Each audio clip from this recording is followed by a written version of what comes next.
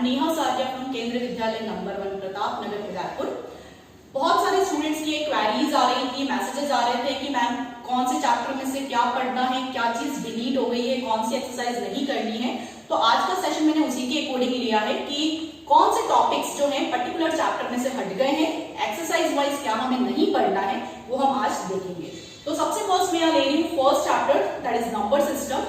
इसमें हमारा जो सक्सेसिव मैग्निफिकेशन वाला टॉपिक था वो डिलीट हुआ है और उसी के अकॉर्डिंग हमारी एक्सरसाइज 1.4 जो है वो अब हमें नहीं करनी है।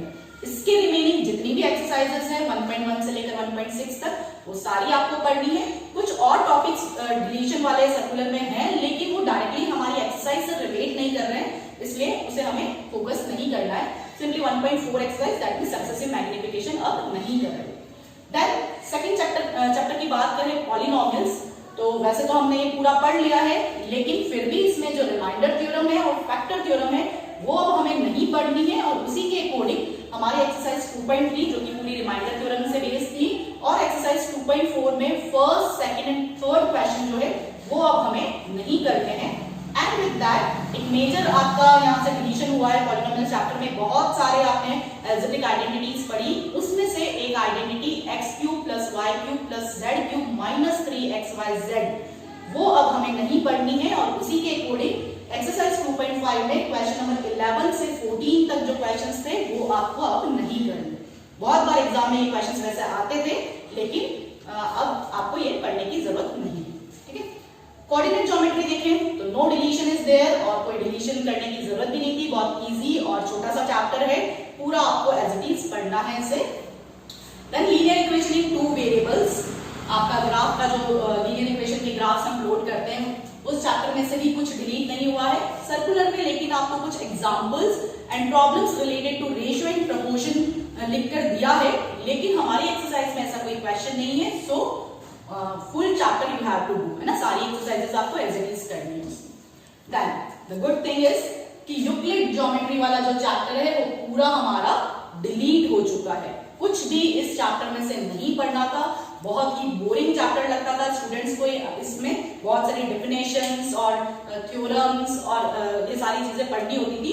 सो इट्स गुड कि ये चैप्टर डिलीट हो गया। Then lines and angle chapter, ये पूरा चैप्टर आपका नॉर्मली जो 7th क्लास में हमने पढ़ा था उससे रिलेट करता है और इस चैप्टर में भी हमारे पास कुछ भी डिलीट नहीं हुआ है, एज इट इज सब कुछ पढ़ना है। 7 चैप्टर में से ट्राइंगल्स का चैप्टर है और कॉन्ग्रुएंट ट्राइंगल्स से रिलेट करता है। तो कॉन्ग्रुएंसी ऑफ ट्राइंगल में हमारे पास बहुत सारे क्राइटेरियाज होते हैं, उन क्राइटेरियाज में से एक थ्योरम दे रखी है हमें 7.1 that is related to ASA criteria. अब उस थ्योरम का प्रूफ हमें नहीं पढ़ना है, थ्योरम तो पढ़नी है हमें, लेकिन उसका प्रूफ अब आपको नहीं करना है। लेकिन इनसे रिलेटेड जो भी आपकी एक्सरसाइजेस है 7.1, 2, 3 वो आपको करनी है, लेकिन 7.4 एक्सरसाइज हमें नहीं करनी है क्योंकि इसमें एक और टॉपिक डिलीट हुआ है that is related to triangle inequalities. तो उसके अकॉर्डिंग 7.4 एक्सरसाइज पूरी बनी हुई है, वो आपको नहीं करनी है और इसके नेक्स्ट ऑप्शनल एक्सरसाइज भी है वो भी हमें नहीं करनी होती है। ओके, तो 7.4 एक्सरसाइज में अच्छी चीज है कि एक एक्सरसाइज पूरी आपकी डिलीट होगी। देन क्वाड्रिलेटरल्स चैप्टर पूरा एज इट इज है, कुछ डिलीट नहीं हुआ है। थोड़ा सा इसमें प्रूव करने में स्टूडेंट्स को प्रॉब्लम होती है, बहुत सारे क्वेश्चंस हैं इसमें प्रूव करने के, एक जैसा रिलेट भी करते हैं, है ना, कंफ्यूजन होता है स्टूडेंट्स को, लेकिन फिर भी इसमें से कुछ डिलीट नहीं हुआ है, एज इट इज आपको दोनों एक्सरसाइजेस इसकी पढ़नी है। Then now again a good thing कि chapter number 9 this whole chapter got deleted, area of parallelograms and triangles, इसे भी बिल्कुल भी हमें टच नहीं करना है, पूरा चैप्टर आपका डिलीट हो गया है। ओके, देन सर्कल्स, सर्कल्स में सर्कुलर के अकॉर्डिंग हमारे पास 10.5 थ्योरम और 10.10 थ्योरम जो है वो नहीं करनी है, लेकिन एक्सरसाइज से डायरेक्टली कहीं रिलेट नहीं कर रहा है, तो एक्सरसाइजेस जितनी भी है वो सारी हमें पढ़नी पड़ेगी सर्कल्स चैप्टर।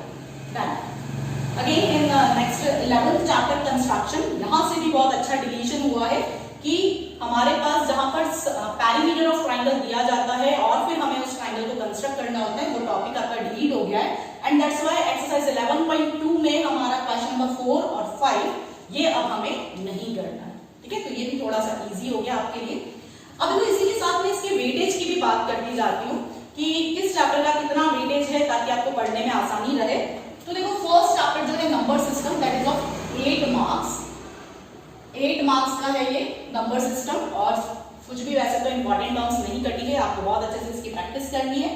देन जो पॉलिनोमियल चैप्टर है वो और लीनियर इक्वेशंस वाला चैप्टर है, इन दोनों का मिलाकर आपका 17 मार्क्स का वेटेज है। ओके, चैप्टर नंबर 2 एंड 4 मिलाकर 17 मार्क्स। 17 मार्क्स बहुत ज्यादा होते हैं, दैट मीन्स कि हमें चैप्टर नंबर 2 जो है बहुत अच्छे से प्रिपेयर करना है। 4 में तो फिर भी स्टूडेंट्स कर लेते हैं, ग्राफ वगैरह बना लेते हैं, लेकिन सेकंड चैप्टर में जो फैक्टराइजेशन है, बहुत सारे आइडेंटिटीज हैं, वो थोड़ा सा कंफ्यूज होते हैं उसमें स्टूडेंट्स। तो सेकंड चैप्टर आपको अच्छे से प्रैक्टिस करना है। देन कोऑर्डिनेट ज्योमेट्री, ये इटसेल्फ एक चैप्टर ही आपका 4 मार्क्स का है और कोई प्रॉब्लम नहीं है, बहुत इजी चैप्टर है, इजीली आप 4 आउट ऑफ 4 मार्क्स गेन कर सकते हो। देन फिफ्थ चैप्टर आपका कट गया। देन देखो अब जितने भी ज्योमेट्री वाले चैप्टर्स हैं उनका वेटेज है 28 marks. That means this chapter fifth वाला ऑलरेडी कट चुका है आपका, है ना। Six chapter, 7 chapter, 8 chapter, 9 cut चुका है। देन सर्कल्स एंड कंस्ट्रक्शन, ये सारे ज्योमेट्री से रिलेट करते हैं और इन सारे चैप्टर्स का आपका 28 मार्क्स का वेटेज है। तो देखो आप 2 चैप्टर ऑलरेडी कर चुके हैं, फिर भी 28 मार्क्स का ही वेटेज है। दैट मींस कि थोड़ा ये इजी हो गया आपके लिए, है ना। देन अब देखो इसके रिमेनिंग चैप्टर्स के बारे में बात करें हम, 12 से लेकर 15 तक के चैप्टर्स में क्या डिलीट हुआ है और क्या आपका बच गया है। नाउ नेक्स्ट हम देखें अब इन चैप्टर्स में से क्या डिलीट हुआ है। चैप्टर नंबर 12 का है हमारा हीरोन्स फार्मूला और इसमें से हमारा एक्सरसाइज 12.2 से हमें फर्स्ट, सेकंड, थर्ड और फिफ्थ और 9th क्वेश्चन नहीं करने। और क्यों नहीं करने, एक्चुअली इसमें से ये टॉपिक डिलीट हुआ है जहां पर हमें क्वाड्रिलेटरल में डायगोनल बना के हीरोन्स फार्मूला अप्लाई करना होता है ट्रायंगल के एरिया के लिए, उस टॉपिक को यहाँ से डिलीट कर दिया गया है। दैट्स व्हाई एक्सरसाइज 12.2 के ये पर्टिकुलर क्वेश्चंस हमें नहीं करने। ओके, बाकी रिमेनिंग सब कुछ करना है। देन सरफेस एरिया वॉल्यूम में से कुछ डिलीशन नहीं है क्योंकि एज इट इज ये चैप्टर आपको क्लास 10th में भी मिलता है, तो हमें ये पूरा चैप्टर पढ़ना है, कुछ नहीं इसमें छोड़ोगे आप। देन चैप्टर नंबर 14 स्टैटिस्टिक्स, यहाँ से मेजर डिलीशन है, बहुत अच्छा पार्ट इसमें से डिलीट कर दिया गया है। इस चैप्टर में हमें बार ग्राफ, फ्रीक्वेंसी पॉलीगन और हिस्टोग्राम बनाने के क्वेश्चंस दिए हैं और इसमें से जो फ्रीक्वेंसी पॉलीगन और हिस्टोग्राम के जो वेरिंग बेस लेंथ के क्वेश्चंस हैं वो डिलीट हुए हैं, है ना। तो दैट्स व्हाई 14.3 एक्सरसाइज में से हमें क्वेश्चन नंबर 6 से लेकर 9 तक क्वेश्चंस नहीं करने हैं। इसमें स्टूडेंट्स को ऐसे भी थोड़ी सी दिक्कत आती थी, कंफ्यूज हो जाते थे students. And with that central tendency के जितने भी क्वेश्चंस थे वो डिलीट हो गए हैं। दैट मींस कि मीन, मोड, मीडियन के अकॉर्डिंग जो हमारी एक्सरसाइज है 14.4 वो अब हमें पूरी नहीं करनी है। क्लियर।